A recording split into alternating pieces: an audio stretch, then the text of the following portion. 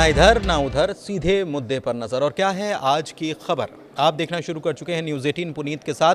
और बात हम करने वाले हैं इजराइल की, बात हम करने वाले हैं गाज़ा की, क्योंकि गाज़ा से एक खबर निकल कर सामने आई है और ये अपने आप में बहुत हैरान करने वाली खबर है। दूसरी तरफ एक खबर जो निकल कर सामने आई है वो इजराइल से भी आई है। इजराइल ने अपने रक्षा बजट में इस प्रकार का इजाफा किया है जो इतिहास में पहली दफ़ा होने जा रहा है। एक भारी भरकम बजट इजराइल लेकर आया है। लेकिन इसके अलावा गाज़ा से क्या खबर निकल कर सामने आ रही है, क्योंकि गाज़ा में लगातार अटैक किए जा रहे हैं और नॉर्दर्न गाज़ा में सबसे ज़्यादा अटैक हुए हैं। और इजराइल ने तो कह दिया है, वहाँ आईडीएफ की तरफ से कह दिया गया कि इलाका खाली कर दो। लेकिन क्या वहाँ से खबर निकल कर आई है, हमास से क्या खबर जुड़ी हुई है, इसी को समझेंगे। मेरे सहयोगी आनंद मौजूद हैं, आनंद के पास चलते हैं। क्या खबर है आनंद? बिल्कुल, देखिए, हमास जो है सब जानता है कि एक आतंकी संगठन है।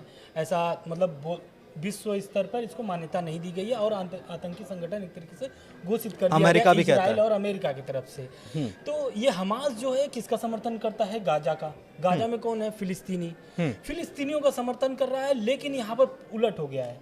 दरअसल हमला तो इजराइल हमास का हो रहा है, अभी भी जारी है। सीज फायर का उल्लंघन करने के बाद दोनों तरफ से हमले जारी हैं। लेकिन अब गाजा की मुश्किलें जो है, हमास की जो मुश्किलें हैं वो बढ़ गई हैं। क्यों बढ़ गई हैं?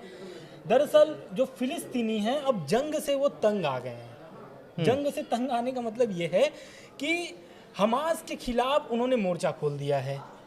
इतिहास में ऐसी पहली बार हुआ है। नहीं, फिर से मैं समझना चाहूंगा, किसने हमास के खिलाफ फिलिस्तीनियों ने मोर्चा खोल दिया? बिल्कुल बिल्कुल, आप सही सुन रहे हैं। दरअसल ये इतिहास में पहली बार हो रहा है कि हमास के खिलाफ फिलिस्तीनी उतर गए हैं सड़कों पर।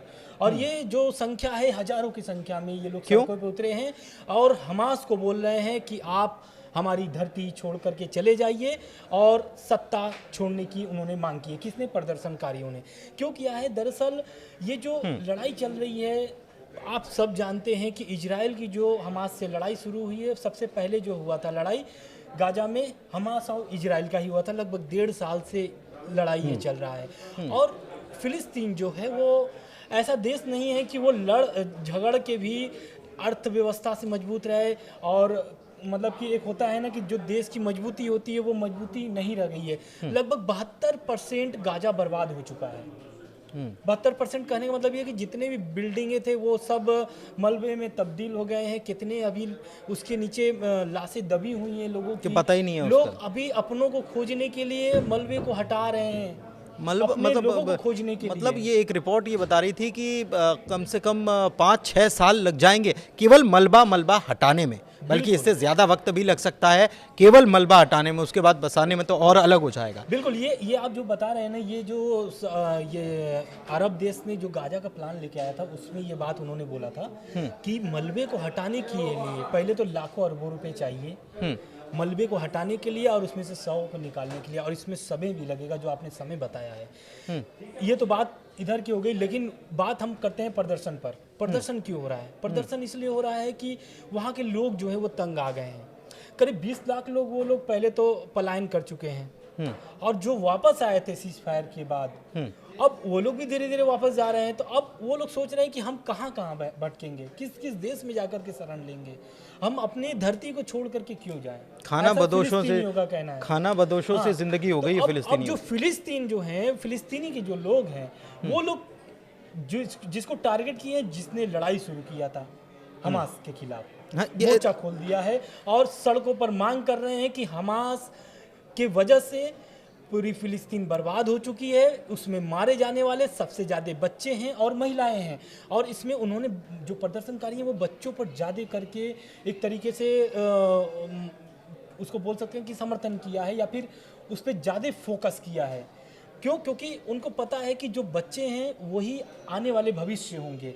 लेकिन जब हम उनको इसी हमले में या इसी जंग में मार देंगे या फिर उनको खत्म कर देंगे, तो वो जंग और वो भविष्य फिलिस्तीनी का क्या होगा? कुल मिलाकर के ये जो प्रदर्शन हो रहा है, कुल इसके लिए ही हो रहा है। बिल्कुल, प्रदर्शन हो रहा है इसलिए हो रहा है। और हमास के खिलाफ खड़े हो गए हैं फिलिस्तीन के लोग। अपने आप में बहुत हैरान कर देने वाली खबर है। ये भी खबर है कि कुछ हमास के लड़ाके वहाँ पर पहुँचे और वहाँ पर भगदड़ मच गई, सबको भगा दिया गया। बिल्कुल आप सही कह रहे हैं। और ये जब प्रदर्शन, पहले प्रदर्शन शुरू कहाँ से हुआ? प्रदर्शन का एक जो ऐसा मतलब दावा किया जा रहा है इंटरनेशनल मीडिया के माध्यम से कि प्रदर्शन एक टेलीग्राम माध्यम से शुरू होता है। टेलीग्राम पे मैसेज आते हैं कि ऐसा ऐसा हमास के खिलाफ प्रदर्शन करना है, क्योंकि ये बहुत बड़ा कदम था फिलिस्तीनियों के लिए।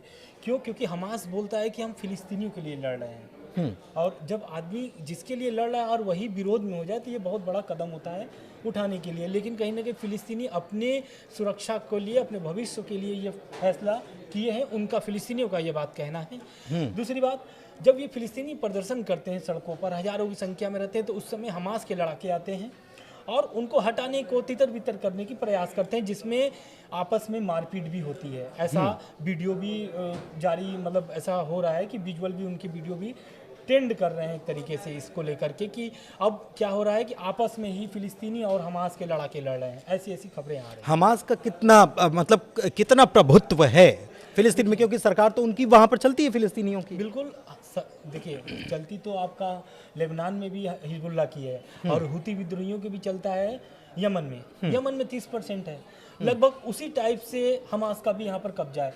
हमास का जो, अब जैसे देखिए फिलिस्तीन जो है उसका पहले आप समझिए कि 2 राजधानी बना करके इन लोगों ने रख दिया है। वेस्ट बैंक से ही ये लोग करते हैं। हमास जो अपना एक तरीके से शासन चलाता है, उसका जो शासन होता है, उसका जो शासन होता है वो गाजा से होता है, और ये जो फिलिस्तीन का है वेस्ट बैंक से होता है। हाँ, मैंने उल्टा बोल दिया था। लेकिन ये जो गाजा पे हमला करने का यही इजराइल का एक बोल सकते हैं फैसला था, क्योंकि वहाँ पर पूरी हमास की जो है वो पकड़ है। एक तरीके से वो अपनी सत्ता चलाते हैं, इसीलिए तो फिलिस्तीन मांग भी कर रहे हैं कि आप सत्ता छोड़कर चले जाइए, ऐसा दावा है। एक चीज़ मैं आपसे, एक चीज़ और, क्योंकि बीते दिनों हम जब चर्चा कर रहे थे आनंद, तो आपने मुझे ये भी बताया था कि इजराइल में भी हालात ठीक नहीं है, वहाँ पर भी नेतन्याहू जो हैं उनको सत्ता से हटाने को लेकर खेल चल रहा है। बिल्कुल, देखिए नेतन्याहू तो पहले समझना पड़ेगा कि वो सत्ता में आए कैसे हैं। मैं ब्रीफ में थोड़ा छोटे में बता करके निकल जाऊंगा। पहले तो नेतन्याहू एक जैसे आम आदमी व्यक्ति रहता है, वैसे इजराइल में वो भी एक नागरिक थे, लेकिन वो सत्ता में आने का कारण था उनके बड़े भाई का। उनके बड़े भाई का नाम अभी मुझे याद नहीं आ रहा है, लेकिन शायद नेतन्याहू करके ही था। तो वो रहते हैं, दरअसल एक प्लेन हाईजैक होता है इजराइल का। लगातार आप शुरू से देखेंगे तो यहूदियों पर हमला हुए हैं, एक तरीके से बर्बाद करने के लिए उन पे बहुत सारे देश तुले रहते थे, चाहे फिर वो मुस्लिम देश हो, चाहे फिर वो आपके ईसाई देश हो। तो क्या होता है कि उनके जो बड़े भाई का उसमें उस प्लेन क्रैश मामले में एक ऑपरेशन चलाता है इजराइल, और उस प्लेन क्रैश को क्या करता है, हमें लगता है कि जिबॉम में ऐसा करके है जगह है, शायद मैं ठीक हूँ तो साउथ अफ्रीका मान करके चलिए, साउथ अफ्रीका में वो प्लेन ले जा करके रख दिया जाता है, मतलब एक तरीके से वहीं पर हाईजैक कर लिया जाता है। हाँ ठीक है, हाईजैक हो और जाता वहाँ की सरकार भी सपोर्ट कर देती है, किसका, इन लोगों का, हाईजैकर्स का। तो अब इसमें क्या करता है, जो इजराइल की जो सरकार थी उसने बोला कि अगर मैं यहाँ पे झुक गया ना तो फिर मुझे बार बार झुकना पड़ेगा। तो अब इजराइल का तो देखिए शुरू से रहना है कि अगर कुछ भी होता है तो वो तुरंत पलटवार करता है, ठीक है, और उस तरीके से उनका अपना, लेकिन नेतन्याहू कैसे पीएम बने? बिल्कुल, बात इसी पर करेंगे। होता क्या है कि इस जो ऑपरेशन चलता है, इस ऑपरेशन में क्या होता है कि इजराइल सफल होता है, और इस ऑपरेशन का कमांडर कौन होता है, नेतन्याहू, बड़े भाई, नेतन्याहू बड़े भाई। अब ये बड़े भाई जो होते हैं ये ऑपरेशन को तो सफल कर देते हैं, सभी अपने नागरिकों को वापस भी लेके आ जाते हैं अपने देश इजराइल में, लेकिन इसमें वो मारे जाते हैं। अब वो मारे जाते हैं तो उसमें क्या होता है कि नेतन्याहू के जो बड़े भाई हैं, Benjamin Netanyahu, he was a hero for his country, मतलब इजराइल के लिए हीरो थे, जाते हैं और उसमें चमकते हैं उनके छोटे भाई बेंजामिन नेतन्याहू। उनको सत्ता में आने का एक तरीके से मौका मिल जाता है कि आपके जो बड़े भाई हैं वो हीरो हैं, तो आप भी देश के लिए कर सकते हैं। और 2009 में उनकी पहली सत्ता आई थी, मतलब 2009 में वो पहली बार देश के प्रधानमंत्री बने थे नेतन्याहू। और प्रधानमंत्री बनने के बाद से और अब तक भर में आप देखे होंगे तो बीच में 1-2 बार वो थोड़े दिन के लिए, थोड़े दिन के लिए, लेकिन अब तक वो बने हुए हैं और इजराइल के लिए लड़ रहे हैं। आज भी मतलब देखिए हर जगह तो विरोध होते हैं सरकारों की, लेकिन वहां पर भी अभी विरोध हो रहा है। लेकिन नेतन्याहू का जो पकड़ है ना वो बहुत मजबूती है। नहीं, लेकिन वहां पर एक मिनिस्टर को हटा दिया, खबर ये है, और उसके बाद ये सब वो था सुरक्षा सेवा प्रमुख। अच्छा। हाँ, सुरक्षा सेवा प्रमुख थे और उनको हटा दिया गया। क्यों? क्योंकि वो इजराइल हमास जो युद्ध चल रहा है, हिजबुल्लाह लेकिन ये तो बदलते रहते हैं, इसके पहले भी तो बदला है। रक्षा मंत्री को वहाँ के योव ग्लांट्स की जगह उनको इजराइल कार्ड्स को लेकर आ गए हैं वो। बिल्कुल आपका कहना सही है, लेकिन वो जो सेवा प्रमुख थे ना, वो कहीं ना कहीं हम मतलब ऐसी खबरें भी आ रही हैं कि कहीं ना कहीं वो नेतन्याहू को टक्कर देने का मामला कर रहे थे। तो और दूसरा वो सुरक्षा व्यवस्था का भी शायद खुफिया जानकारी जो है कि उनसे कुछ ऐसा लीक होने का भी दावा था, इस कारण से उन पर ऐसा एक्शन लिया मतलब कुल मिलाकर देखिए, इजराइल में भी ठीक नहीं चल रहा है। ये इस बात को ऐसा समझिए कि वहाँ पर भी फिलिस्तीनी और हमास जो है आपस में भिड़ रहे हैं। इधर इजराइल के अंदर भी ऐसा नहीं है, इसके पहले भी प्रदर्शन हुए हैं और हमने खबरें भी दिखाई कि बड़ी संख्या में लोग उतर आए और नेतन्याहू के ऊपर ये भी एलिगेशन लगाए गए कि भाई आप जो है वो संभालने की स्थिति में नहीं, आप बंधकों को आज़ादी नहीं करा पा रहे हो। एक चीज़ मैं आपसे समझना चाह रहा हूँ आनंद,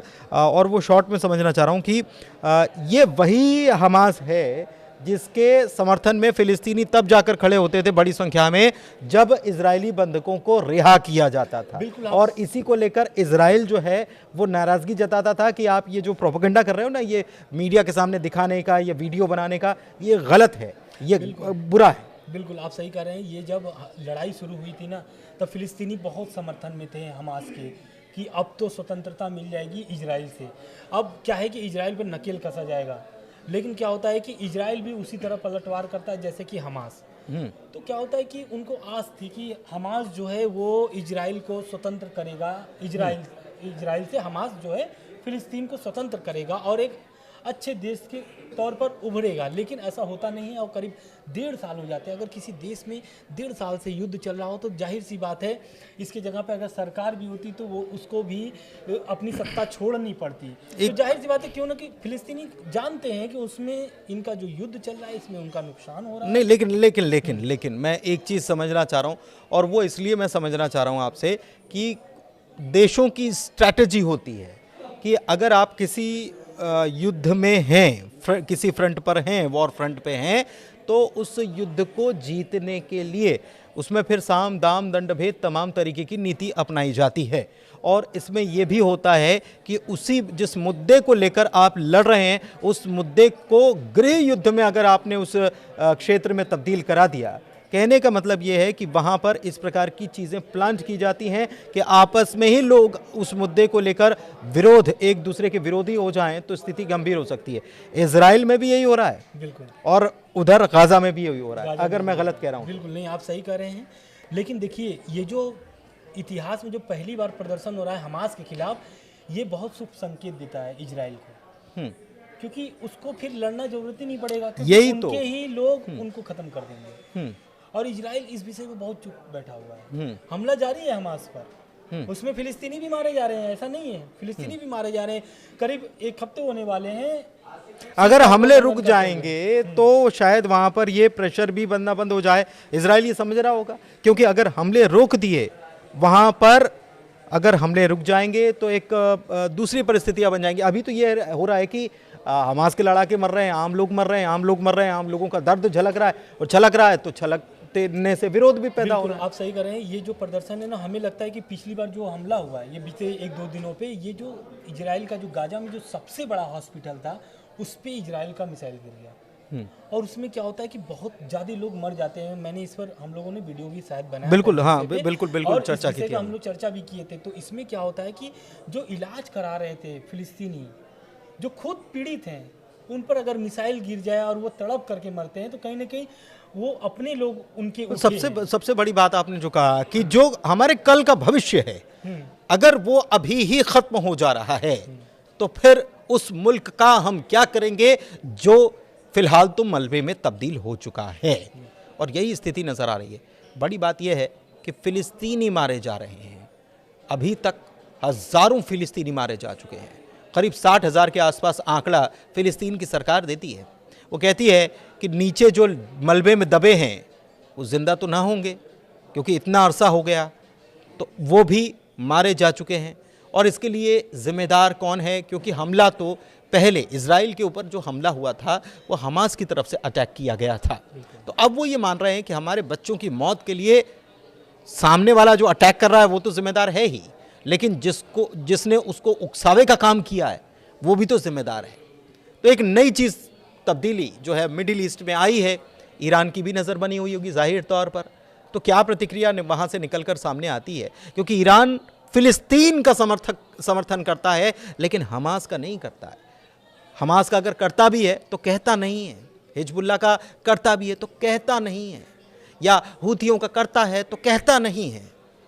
लेकिन अभी तो बात फ़िलिस्तीनियों की हो रही है और फ़िलिस्तीन के कल की हो रही है, जिसको बचाने की बात तो हर कोई कहता है, चाहे वो हमास हो या फिर हिजबुल्लाह हो, ईरान हो, और फ़िलिस्तीनी तो यही चाहते हैं।